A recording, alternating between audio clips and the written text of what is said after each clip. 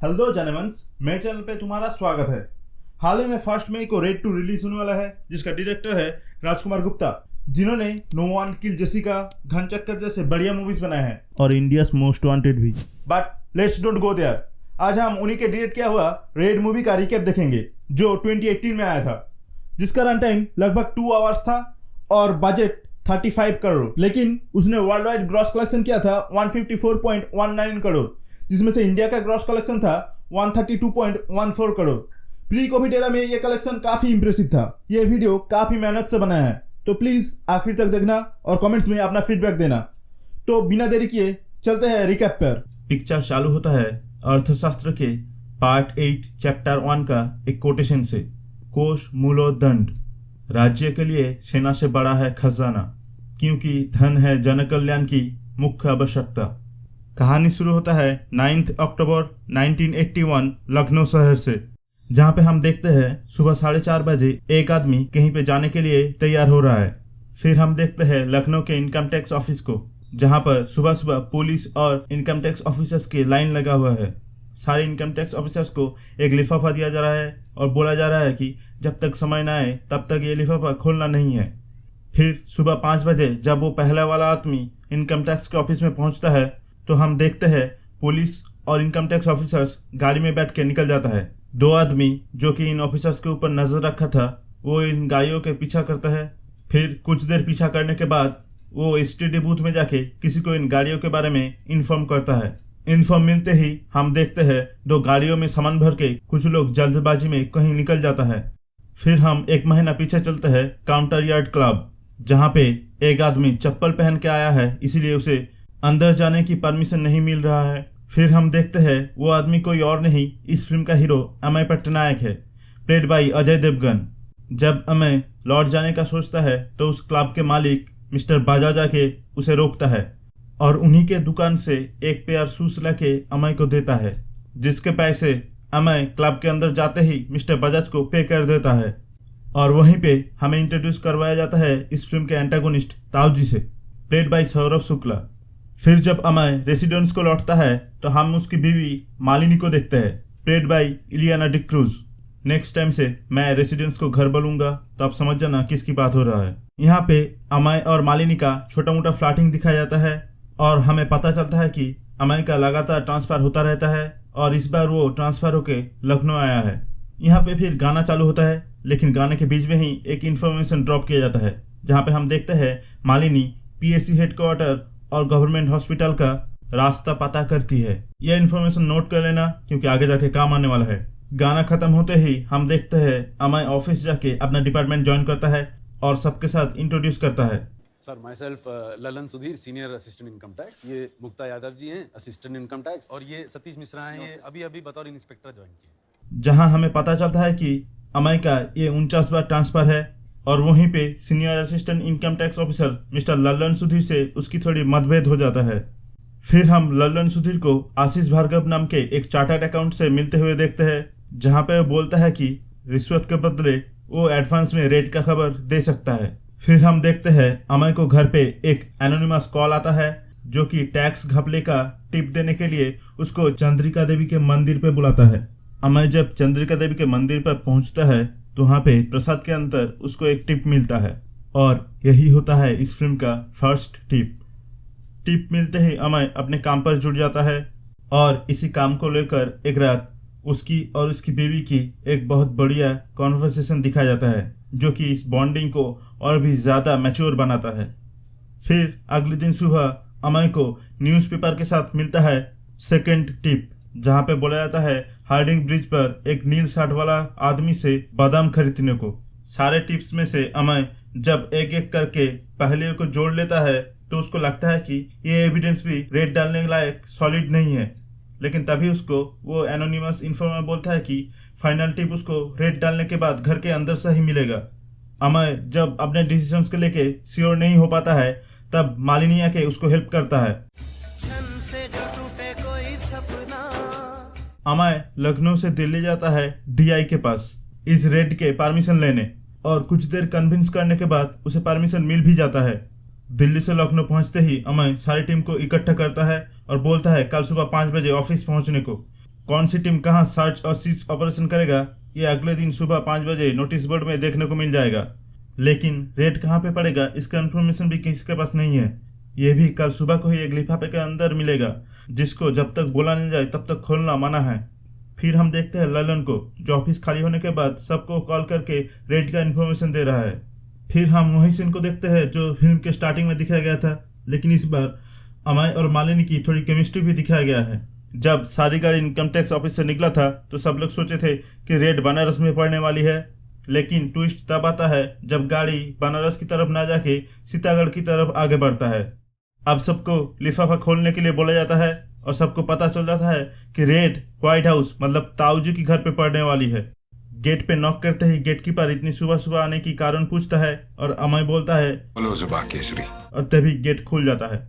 अंदर जाने के बाद हम ताऊजी और अमय के बीच थोड़े डायलॉगबाजी देखते हैं, जिसमें ताऊजी बोलता है अगर रेड में कुछ नहीं मिला तो अमय को ताऊजी की पैर पकड़ के माफी मांगनी होगी, जिसमें अमय राजी होता है।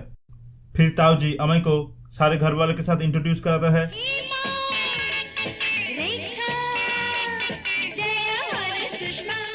फिर अमय सबको रूल समझाता है, जैसे जब तक रेड चलेगा कोई अंदर नहीं आ सकता या फिर कोई बाहर नहीं जा सकता या फिर किसी को कॉल भी नहीं किया जा सकता। फिर 2 विटनेस को बुलाता है और उसके बाद टेलीफोन की वायर खोल के रेड चालू करता है।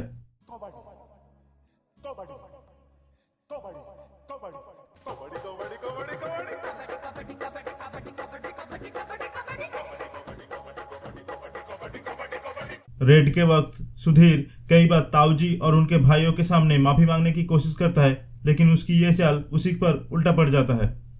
जब कई घंटे रेड चलने के बाद भी अमय और उनके टीम को कोई भी गड़बड़ नजर नहीं आता, तब अमय अपने डिसीजन के बारे में डाउट करता है। और तभी हमें एक दादी अम्मा नजर आता है जो सुबह इंट्रोडक्शन के वक्त नहीं था। अमय जाके उस दादी अम्मा के रूम में भी सर्च करता है, लेकिन वहां पे भी कुछ नहीं मिलता। फिर और 1-2 जगह ढूंढने के बाद जब कुछ नहीं मिलता है तब अमय को पता चलता है कि मालिनी उसके लिए खाना लाया है। मालिनी से खाना लेने के बाद एक पुलिस ऑफिसर आके अमय को अंदर ले जाता है। तो अमय देखता है घर के अंदर जो मंदिर है ऑफिसर्स को वहां जाने के लिए रोका जा रहा है। तो अमय सबको कन्विंस करके जूते, बेल्ट, पर्स ये सब बाहर रख के मंदिर के अंदर जाता है, लेकिन उधर भी कुछ नहीं मिलता। लेकिन जब वो बाहर आता है तो उसके पर्स में वो एक चिरकुट देखता है और उसी चिरकुट में अमय को मिलता है आखिरी टिप, एक चिट्ठी और साथ में इस घर का मैप जहां पर वो काला धन छुपाया गया है। फिर हमें एक एक करके जहां जहां पर भी काला धन छुपाया गया है वो जगह दिखाया जाता है और काला धन रिकवर किया जाता है। और इसी बीच ताऊजी अमय को घूस देने का भी कोशिश करता है, लेकिन वो सफल नहीं होता। इसलिए ताऊजी अपना आपा खो बैठते हैं और बंदूक ले आते हैं, लेकिन उसके भाई के बहू के साथ हाथापाई में छत पर गोली चल जाता है और वहां से हम लोग सोने की बिस्किट गिरते हुए देखते हैं। फिर ताऊजी अमय को टेलीफोन लाइन कनेक्ट करने का चैलेंज देता है, तो अमय वो चैलेंज एक्सेप्ट करता है। ताऊजी सबसे पहले दिल्ली के डीआई को कॉल लगाता है, लेकिन वो इरादा भी सफल नहीं होता। तो ताऊजी अमय को फिर से चैलेंज करता है कि उसे अब बाहर जाने दिया जाए, तो अमय ये चैलेंज भी एक्सेप्ट करता है। ताऊजी सबसे पहले जाके सीएम से मिलता है, लेकिन वहां पर भी कुछ काम बनता नहीं है। दूसरी तरफ हम देखते हैं अमय और सुधीर की कॉन्वर्सेशन, जहां पे अमय सुधीर को एक सुधरने का मौका दे रहा है। ताऊजी अब कॉल लगाता है फिनेंस मिनिस्टर को, तो फिनेंस मिनिस्टर अमय को कॉल करता है, लेकिन अमय अपने टारगेट पर अड़ा रहता है, तो फिनेंस मिनिस्टर भी कुछ नहीं कर पाता। उस दिन रात को जब अमय घर का चक्कर काट रहा था, तो ताऊजी की बहू तारा अमय के पास आती है और बोलती है, मेरी बॉडी में सेंसेशंस होते हैं। कैसे सेंसेशंस? सेंसेशन जैसे सरसराहट, सनसनाहट, गुदगुदाहट, डगमगाहट, फरफराहट, थरथराहट, कपकपाहट, भरभराहट, दबदबाहट, छटपटाहट, फड़फड़ाहट, सुगबुगाहट, कुलबुलाहट, गुदगुदाई, चिलमिलाई। लेकिन उसी वक्त दादी अम्मा वहां पे आके रंग में भंग डाल देती है। फिर आता है अगला दिन, अक्टूबर 10। हम देखते हैं ताऊजी लखनऊ से दिल्ली पहुंच चुका है और वहां जाके सबसे पहले वो फिनेंस मिनिस्टर से बात करता है, लेकिन वो जिस इरादे से जाते हैं वो इरादा सफल नहीं होता। दूसरी तरफ हम देखते हैं अमय घर का मैप लेके टहल रहा था और तभी दादी अम्मा उसके हाथ से मैप छीन लेता है, लेकिन वो मैप देख के दादी अम्मा बातों बातों में ऐसे कुछ बोल देता है जिससे अमय को और नए 2-3 जगह के बारे में पता चल जाता है जहाँ पे ब्लैक मनी छुपा रखा है। वो सब रिकवर करने के बाद अमय चालाकी से ताऊजी के छोटे भाई सूरज सिंह से इन्फॉर्मेशन निकाल लेते हैं। दूसरी तरफ हम ताऊजी को देखते हैं जो दिल्ली में प्राइम मिनिस्टर से मिलने की कोशिश करता है, लेकिन 5 घंटे वेट करने के बाद भी वहाँ पे काम नहीं बनता है। प्राइम मिनिस्टर के पीए आके उनको भगा देता है। ताऊजी गुस्से में होटल में जाके अपने अंडर सारे एमएलएस को कोर्टयार्ड क्लब में बुलाता है। कोर्टयार्ड क्लब वही है जहाँ पे अमय को चप्पल की वजह से घुसने नहीं दिया गया था, और उधर अमय का लगभग सारा रिकवरी कंप्लीट हो चुका है और कितना माल रिकवर हुआ है उसका हिसाब किताब चल रहा है। दिल्ली में प्राइम मिनिस्टर के पीए प्राइम मिनिस्टर को आके बोलता है अगर ताऊजी प्राइम मिनिस्टर से नहीं मिल पाया तो लखनऊ की सरकार गिरा देगा। तो प्राइम मिनिस्टर उसे बस 5 मिनट का वक्त देता है। उस दिन शाम को अमय जब रिकवर किया गया सामान का हिसाब किताब कर रहा था तब उसको प्राइम मिनिस्टर से कॉल आता है और रेड रोकने को बोलती है। अमय प्राइम मिनिस्टर को यही ऑर्डर रिटर्न में फैक्स करने को बोलता है, लेकिन ये कोई गवर्नमेंट ऑफिशियल ऑर्डर नहीं है, तो इसीलिए प्राइम मिनिस्टर अमय के ऊपर और ज्यादा पैसा नहीं डालती है। ताऊजी का ये पैंतरा भी काम नहीं करता। फिर 11 अक्टूबर रेड का तीसरा दिन स्टार्ट होता है, जहां हम देखते हैं ताऊजी अमय को मालिनी के बारे में थ्रेट देता है और मालिनी के ऊपर कुछ गुंडे हमला भी करता है, लेकिन वो पीएसी हेडक्वार्टर्स में जाके खुद को बचाती है। ताऊजी दिल्ली से लखनऊ वापस आता है और अमय के साथ उनका एक डायलॉगबाजी देखने को मिलता है। फिर आता है रेड का आखिरी दिन और उस दिन अमय देखता है घर के बाहर चारों तरफ लोगों की भीड़ जमा हुई है, जिसे ताऊजी बोलता है राजा जी की फौज। अमय और पुलिस मिलके भीड़ को शांत करने की कोशिश करता है, लेकिन वो सफल नहीं होता। भीड़ गेट तोड़ के घर के अंदर चला आता है, तो अमय सारे टीम मेंबर्स को घर के पीछे के रास्ते से भगा देता है और खुद जाके जिस घर पे सामान इकट्ठा करके रखा गया था वहां पे जाके सामान की रखवाली करता है। और यहाँ पे पापुन का एक ब्यूटीफुल सॉन्ग किक इन होता है। मर भी गया अगर मरने का गम नहीं, देख जरा मेरा हौसला, ओ झुक ना पाऊंगा भले मिट जाऊंगा, झुक ना पाऊंगा भले मिट जाऊंगा। जब भीड़ अमय को चारों तरफ से घेर लेता है और अमय जीने का आस छोड़ देता है, उसी वक्त पीएससी फोर्स आके उसको रेस्क्यू करता है। ताऊजी को अरेस्ट करके ले जाने के वक्त हम कोष मूलोदंड का रिकॉल देखते हैं। राजा जी की फौज से बड़ा राजा जी का खजाना, समझे रामेश्वर सिंह। और जब ताऊजी पूछते हैं कि इन्फॉर्मर कौन था, तो अमय उसे एक एम्बिगस आंसर देता है।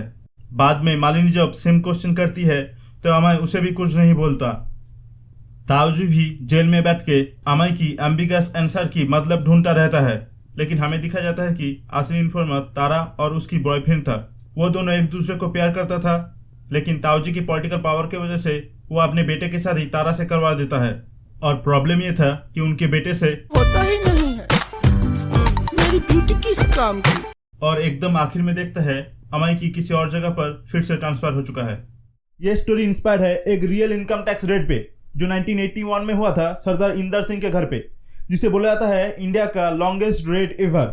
रियल लाइफ में ये रेड 2 दिन 3 रात तक चला था, जिसमें 90 इनकम टैक्स ऑफिसर्स और 200 पुलिस और साथ में छोटे मोटे कर्मचारी थे। आखिर तक वीडियो देखने के लिए थैंक यू।